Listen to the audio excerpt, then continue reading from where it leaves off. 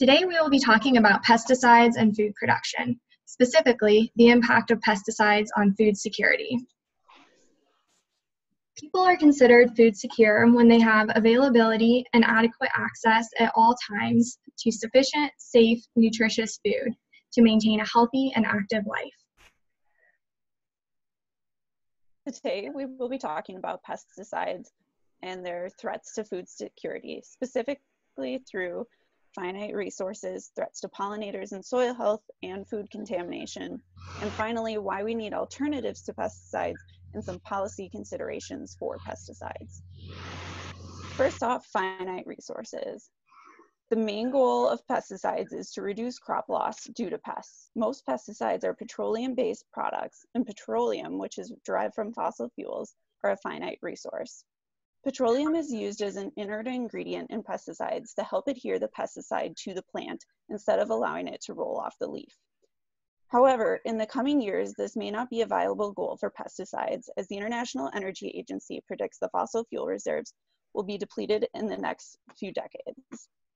While decades may sound like a large amount of time, once the reserves start dipping too low, the crude oil will not be distributed evenly throughout the different business sectors, and we can expect most of the oil to be diverted to the energy sector, thus leaving less for products such as pesticides.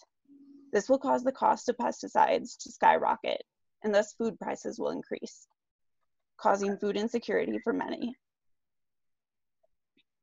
Petroleum being used in most pesticides will eventually backfire, as petroleum will run out. Thus, we need alternatives to chemical pesticides if we wish to continue seeing crop production at the same level.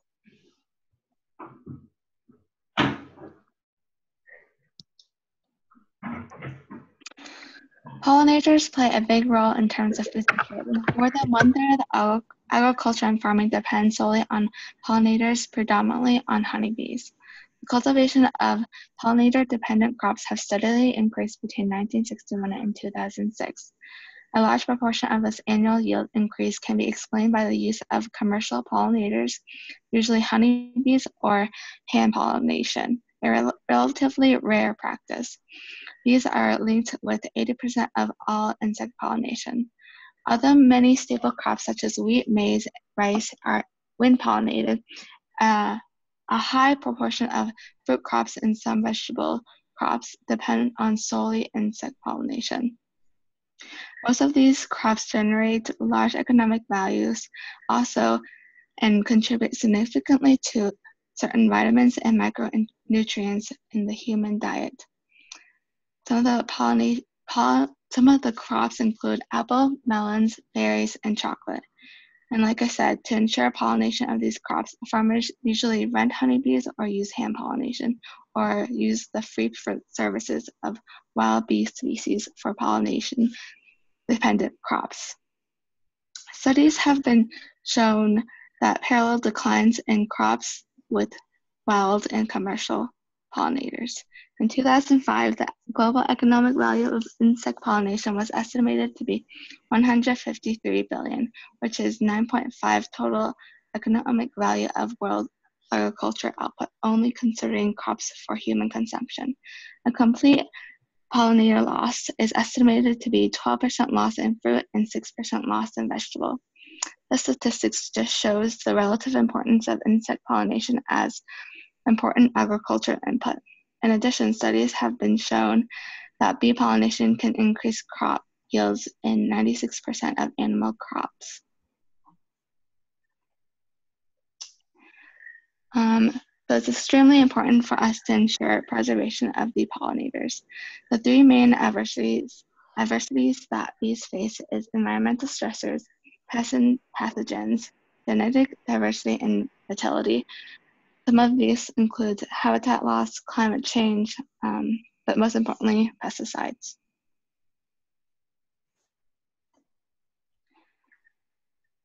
There has been major declines in bee pollination and other pollinators.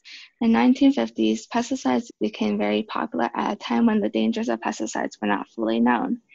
And in 1966 to 1979, there were major crashes in honeybee population. In the past 50 years, there has been a steady and fast decline in honeybee populations. In 2006 to 2009, 1/3 of honeybee colonies were lost. Contamination of pesticides through the bee colony is easily spread through food sources such as nectar and pollen and direct contact. Often transported to the hive to the entire colony. There can be long periods of exposure since the food is often stockpiled for later consumption in the winter. The exposure to pesticides is easily done through chemical toxicity, application method, time, the dose, season, weather, and the number of bees in the area, the types of nectar and pollen collected by the bees. Here are some of the major pesticides that is associated with honeybee losses. Neonicotinoids are one of the major, most widely used insecticides that have been blamed for major crashes in bee populations. This can happen through acute or chronic poisoning, and it has been shown that mixed agrochemicals can be 10 to 100 times more deadly to bees.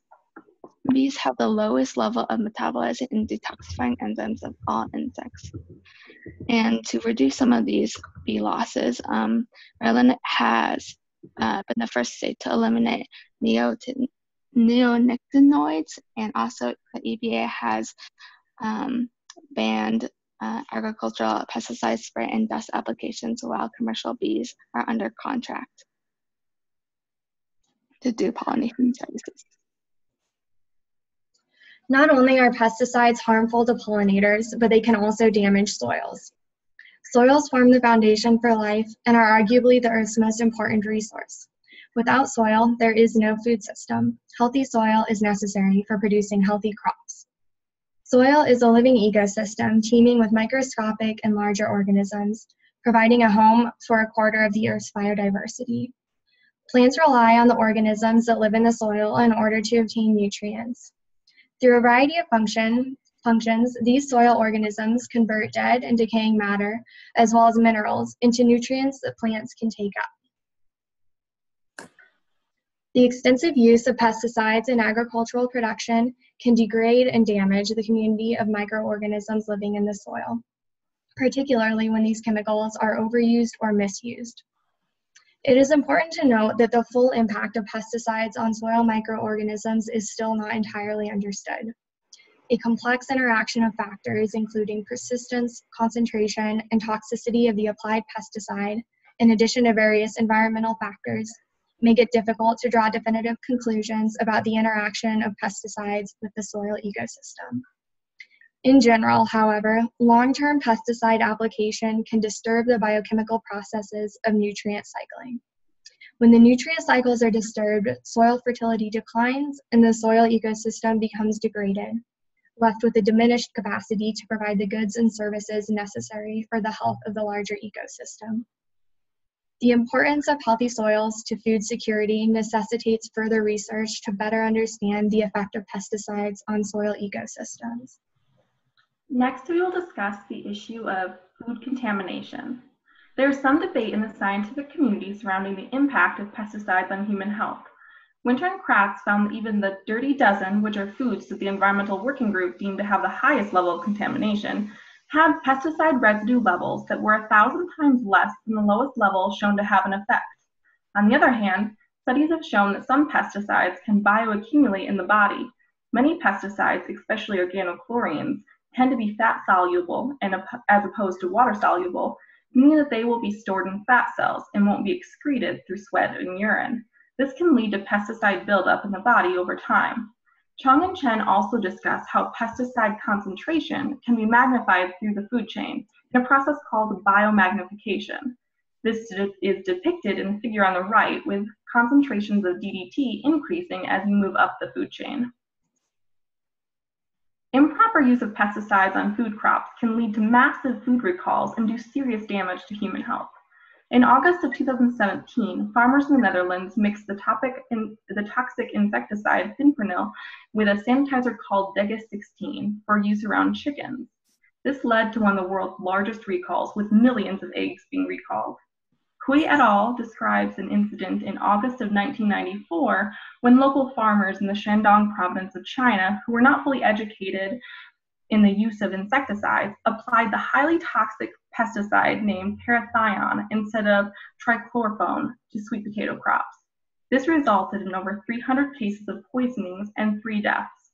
Pesticide contamination has the potential to do damage to global food systems, either directly, as seen in the examples above, or indirectly through bioaccumulation and biomagnification of pesticides in the food chain.